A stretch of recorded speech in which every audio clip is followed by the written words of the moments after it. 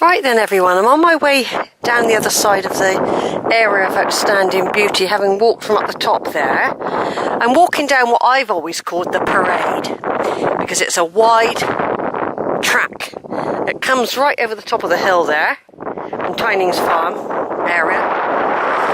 Now the last time I was up here, the bracken was very short and you could literally walk across there and see where you were going, but they harvest it. They've been harvesting the bracken every year now, but it's growing rich.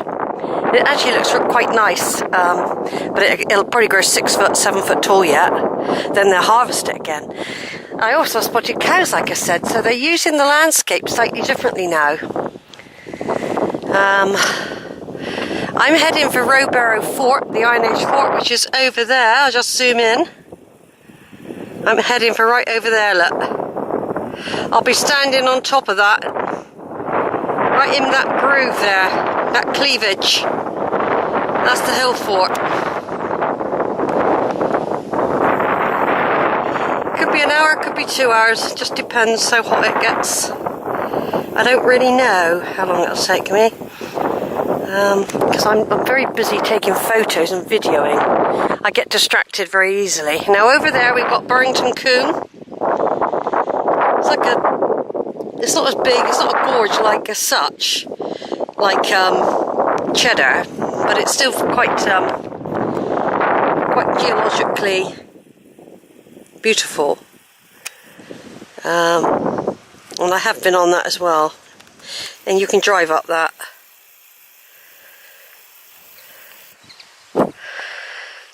So it's just a short video really. I eat my packed lunch on the move, you know. I've had some cake, an orange, some hoopy things, a Kit Kat, and of course I've brought 2 big bottles of water, and you will need them. Although this isn't as hot a day as I've done before here. I've walked up the parade there when it's been absolutely baking. Do you know what I mean? And I've walked through the bracken there where it's been absolutely baking. It's not full summer yet, you see. It's the 1st of June 2017. But the heat of the summer will probably be 2 weeks' time and onwards. For about 3 months we could get it. We can still get very, very hot days though. We had some hot days last week. But as a night, I'm enjoying the gentle breeze on me at the moment. I'm surprised there are not more people out. It's half term. They're probably all in on their computers.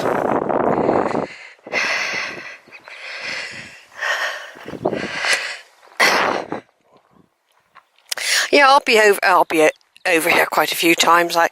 I get too ambitious thinking, oh, I can do that and that all in one day. Now, I can do it all in one day if I brought my vehicle with me.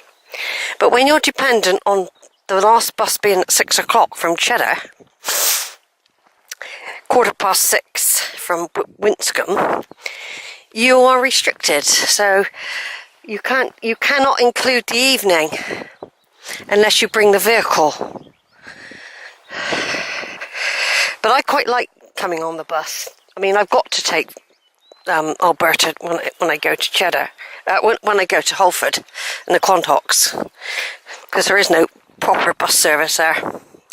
You can't do anything really over there as far as buses. So you'd have to get you'd have to pay for a taxi if you couldn't get no one to give you a lift. Yeah, it's really bad for the rural communities. Some of the bus services are terrible. I'm making the most of my bus pass because we've got a general election in a week, and I reckon they'll make changes. They're already saying they're going to take away the winter fuel allowance for a lot of pensioners, and I'm one of those border pensioners. I'm not a wealthy pensioner, but I'm not classed as very poor either. But I do need my I do appreciate that winter fuel allowance. You know what I mean? For years other people got it, and you know, I mean, I paid all my stamps and my taxes, and now they're saying they're going to take it away. They're already now, what they've upset an awful lot of pensioners, because you know what they're doing? They've more or less said now, you have got to sell your home to pay for your care when you're old. You cannot leave it to your children. And what they're saying is, but we will allow you £1,000. No, £100,000 towards you. They'll change that. They'll change that. Now, if you're very wealthy, because this is a society that's geared up to really wealthy people, you pay for your care anyway. You don't have to rely on you've got enough money to pay for your care. You don't have to sell your home. You can still leave it to your children. You earn it. You work for it. But now everyone. I mean, I sold my house ages ago.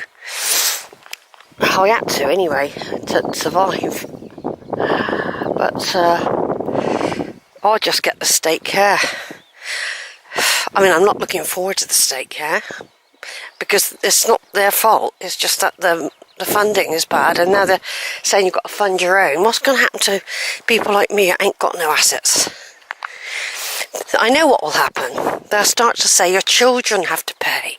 Now that is wrong if you ask me. When I've paid, I'm a pensioner, right? I paid my stamps and I paid my taxes. I had 4 children. I worked for 40 years. I contributed to what they said was needed at the time. And of course they keep changing the rules. 1 minute you only had to do 30 years and you got the full pension. Now now I reckon they should honour the people that was originally designed for, because now they're saying you've got to work, I think it's either 35 years. Well, that ain't my fault that they changed the flipping rules. They shouldn't suddenly say, well, you can't have the full pension now.